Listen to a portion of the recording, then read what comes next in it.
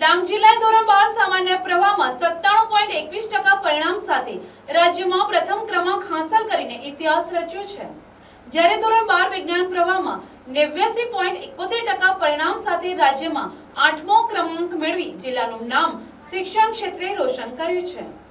છેવાડાના ડાંગ જિલ્લાએ ફરી એકવાર સાબિત કરી બતાવ્યું છે કે તેઓ શિક્ષણ ક્ષેત્રે હવે પાછળ નથી। ડાંગ જિલ્લામાં ધોરણ 12 સામાન્ય પ્રવાહમાં 1848 વિદ્યાર્થીઓ પાસ થતા 97.21% પરિણામ જાહેર થયું છે। સામાન્ય પ્રવાહમાં જિલ્લાની 13 શાળાઓએ 100% પરિણામ મેળવ્યું છે।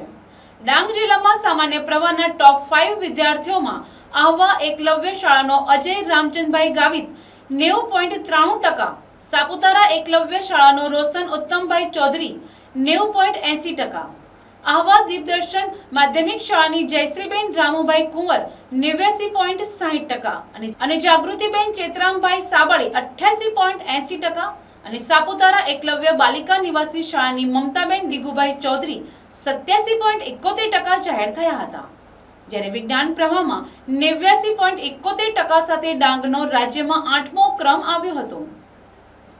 ડાંગ જિલ્લામાં વિજ્ઞાન પ્રવાહમાં 3 શાળાઓએ 100% પરિણામ મેળવ્યું છે। વિજ્ઞાન પ્રવાહમાં ટોપ 5 વિદ્યાર્થીઓમાં આહવા દીપદર્શન માધ્યમિક શાળાની પ્રાચી પ્રજેશભાઈ ટંડેલ 97.54%, માલેગામ સંતોકબા ધોળકિયા વિદ્યા મંદિરનો મનોજ પ્રકાશભાઈ મહાલા 89.23%, સાપુતારા એકલવ્ય શાળાનો સ્મિત પ્રદીપભાઈ ગાયકવાડ 87.71%, આહવા દીપદર્શન માધ્યમિક શાળાની અવની વિજયકુમાર મહાલે 87.54% અને આહવા એકલવ્ય શાળાની પ્રેમિલાબેન લક્ષ્મણભાઈ ભોએ 87.38% મેળવ્યા હતા। ડાંગ જિલ્લાના ઉત્કૃષ્ટ પરિણામ બદલ જિલ્લા કલેક્ટર શાલિની દુહાન, જિલ્લા વિકાસ અધિકારી કે.એસ. વસાવા અને જિલ્લા શિક્ષણાધિકારી જિગ્નેશ કુમાર ત્રિવેદી, પ્રાથમિક શિક્ષણાધિકારી વિજય દેશમુખે તમામ વિદ્યાર્થીઓ, શિક્ષકો અને વાલીઓને અભિનંદન પાઠવ્યા હતા। મારું નામ ટંડેલ પ્રાચી છે।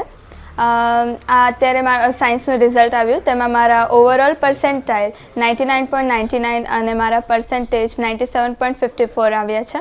અને મેં અત્યાર સુધી કોઈ પણ ક્લાસમાં એનરોલ નથી કર્યો, મારી પોતાની જ મહેનત હતી અને એની સાથે સાથે મારા માતા પિતા અને મારા શિક્ષકોનો સાથ હતો, એટલે હું આ પર્સન્ટાઇલ રેન્ક મેળવી શકી છું। મારો ગોલ IAS ઓફિસર બનવાનો છે। ફક્ત 21 વર્ષની ઉંમરે જ મને આ UPSC ક્રેક કરવાની ઈચ્છા છે ને હું એના માટે જરૂરથી પ્રયત્ન કરીશ મારા। ડાંગથી વિનોદ ગાવિતનો અહેવાલ।